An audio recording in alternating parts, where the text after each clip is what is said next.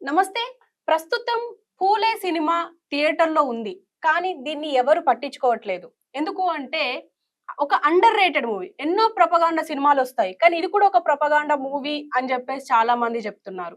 So, దీని గురించి మనతో పాటు డిస్కస్ చేయడానికి రాజ్ బోడా ఉన్నారు. ఆయనతో మాట్లాడదాం. నమస్తే సార్. నమస్తే. సార్ మీరు చెప్పండి. 'పూలే' సినిమా ఒక అండర్ రేటెడ్ సినిమా. ఎందుకంటే ఇప్పటివరకు 'కాశ్మీరీ ఫైల్స్' వచ్చింది. ఇంకా 'కేరళ ఫైల్స్' వచ్చింది. ఇంకా చాలా మూవీస్ వచ్చాయి. ఈ మధ్య 'చావా' కూడా వచ్చింది.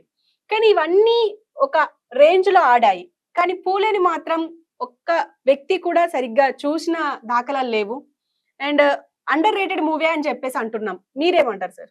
సో, అది తెలుగులో వచ్చిందో లేదో నాకు తెలీదు. హిందీలోనే నడుస్తుంది ఇప్పుడు ప్రస్తుతం. హిందీలో అయితే ఇక్కడ తెలుగు రాష్ట్రాల్లో కష్టం. ఎక్కువ హైదరాబాద్‌లో కొంతమంది చూస్తారు గానీ డిస్ట్రిక్ట్‌లలో కష్టం. హ్మ్. సో, అట్లా హిందీలో ఉంటే తమిళనాడులో కూడా కష్టమే.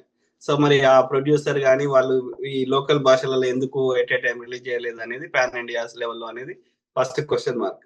సో, కొన్ని నార్త్ ఇండియన్ స్టేట్‌లల్ల చూడాలి ఐడియల్లీ.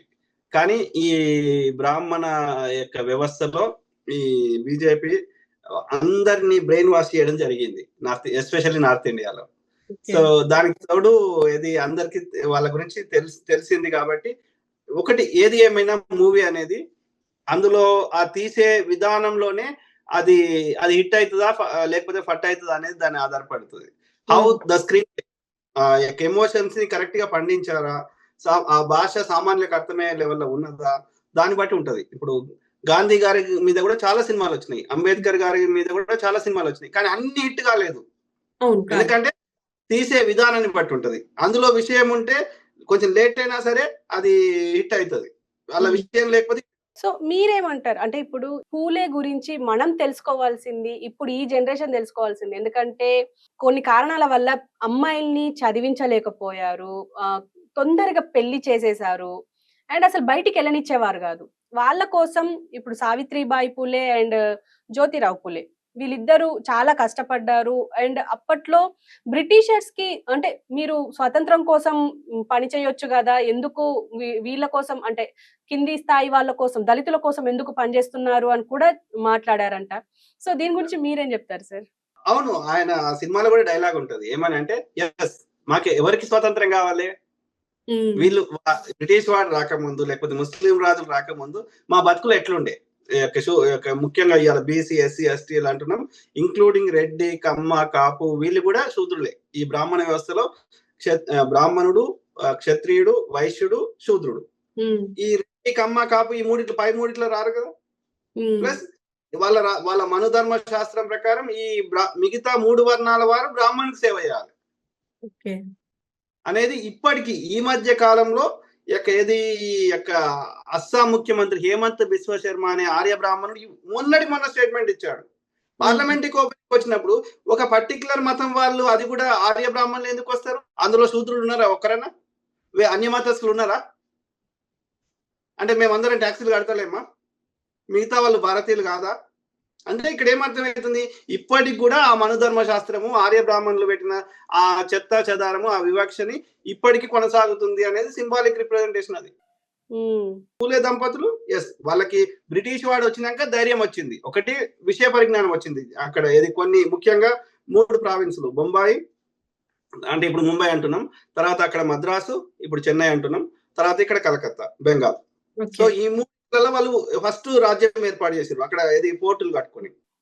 సో ఆ విధంగా అక్కడ ఈ ఏమంటారు వెస్టర్న్ ఎడ్యుకేషన్ స్టార్ట్ చేశారు. కలకత్తా యూనివర్సిటీ, బొంబాయి యూనివర్సిటీ, అట్లా యూనివర్సిటీస్, మద్రాస్ యూనివర్సిటీ స్టార్ట్ చేశారు. ఆ విధంగా మనకి ఫస్ట్ టైం ఈ వెస్టర్న్ ఎడ్యుకేషన్ గురించి అవగాహన వచ్చింది, ఈ సమానత్వం అంటే ఏందో అవగాహన వచ్చింది. అంతకుముందు మనల్ని బానిసలుగా అణిచివేయబడ్డారు వేల సంవత్సరాల నుంచి.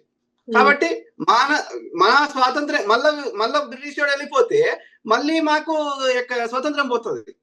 కాబట్టి మా స్వతంత్రం గురించి పోరాటం చేసినాం. వాళ్ళేమో బ్రాహ్మణుల స్వతంత్రం కోసం పోరాటం చేసినారు, మేమేమో మా స్వతంత్రం పోరాటం చేసినాం. అది పూలే గారు కావచ్చు, అంబేద్కర్ గారు కావచ్చు. బ్రిటిష్ వాడు వెళ్ళిపోయినారు, మాకు సపోర్ట్ సిస్టమ్ ఉండదు, మేము కొట్లాడలేము. సో అది అక్కడ జరిగిన స్ట్రగుల్. అంటే ఇప్పుడు ఈ జనరేషన్ పూలే గురించి తెలుసుకోవాలి అని అంటే మీరేం చెప్తారు సార్? అంటే ఈ సినిమా ఖచ్చితంగా చూడాలి అంటే అని అంటారా? ఎందుకంటే ఏ సినిమా వచ్చినా ఇప్పుడు 'కాశ్మీర్ ఫైల్స్' కావచ్చు, 'చావా' కావచ్చు, ఇవన్నీ పాన్ ఇండియా లెవెల్లో అన్ని లాంగ్వేజెస్ లో రిలీజ్ అయ్యింది.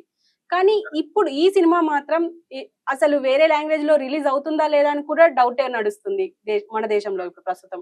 మీరేం చెప్తారు? ఆ సినిమాలో ఆ తీసే విధానంలో విషయం ఉంటే తప్పకుండా ఏది అందులో డబ్బులు వస్తే అది హిట్ అయితే తప్పకుండా వేరే లాంగ్వేజ్ వాళ్ళు కూడా దాన్ని డబ్బు చేసే అవకాశం ఉంటుంది డెఫినెట్లీ.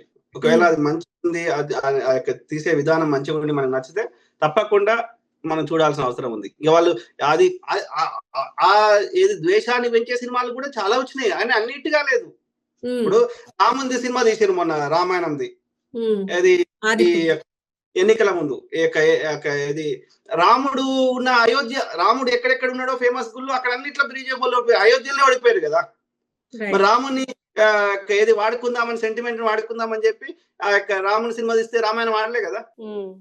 అట్లా అంటే తీసే విధానాన్ని బట్టి ఆడితే తప్ప వీళ్ళు కేవలం ప్రాపగాండా చేసినంత మాత్రాన అది నమ్మి ఓట్లు వేస్తారు అని ఎవరైనా అనుకుంటే అది భ్రమ.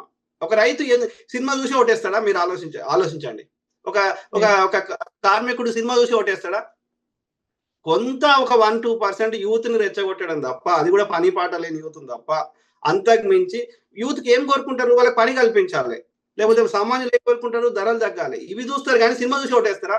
వాళ్ళకి అదొక లూజ్ ఉంది వాళ్ళకి బ్రెయిన్. అంటే మనం రీసెంట్ గా చూసాము, చావా సినిమా రిలీజ్ అయిన తర్వాత ఛత్రపతికి సంబంధించిన నినాదాలు థియేటర్ లోనే వినిపించాయి, మీరు గమనిస్తే. అంటే అంటే ఖచ్చితంగా ఎఫెక్ట్ చూపిస్తుంది అని చెప్పేసే ప్రొపగండా సినిమాలు చాలా వచ్చాయి. అంటే ఇది కూడా ఒక ప్రొపగండా సినిమా అని చెప్పేసి చాలా మంది మాట్లాడుతున్నారు. సో దీని గురించి మీరేం చెప్తారు? అంటే శివాజీ హయాంలో అసలు మొత్తం బ్రాహ్మణ్సే అని చెప్పేసి మాట్లాడిన వాళ్ళు ఉన్నారు, ముస్లిమ్స్ కూడా ఉన్నారు, ఆయన దాంట్లో అన్య మతస్థులు కూడా ఉన్నారు. ఈవెన్ ఆయనని బ్రాహ్మణులు కాలి గోటితో తిలకం దిద్దారు అన్న వాదన కూడా ఉంది. అయినా కూడా అదొక ప్రొపగండా సినిమాగానే చూసారు. మీరు దీని గురించి ఏం చెప్తారు? చావా అంటారా లేకపోతే చావా అనేది ఆయనే సారీ చెప్పిండు కదా డైరెక్టర్. ఇది వాస్తవం కాదు, అది చాలా ఎవరో కేసు వేసిండ్రు, ఇది తప్పు ఉంది అంటే ఆయనే సారీ చెప్పిండు. కాబట్టి ఇవాళ శివాజీ మహారాజు పరిపాలన చేసినప్పుడు రాయగఢ్ కేంద్రంగా శివాజీ మహారాజుని వాళ్ళ వారసులు ఎక్కడున్నారు?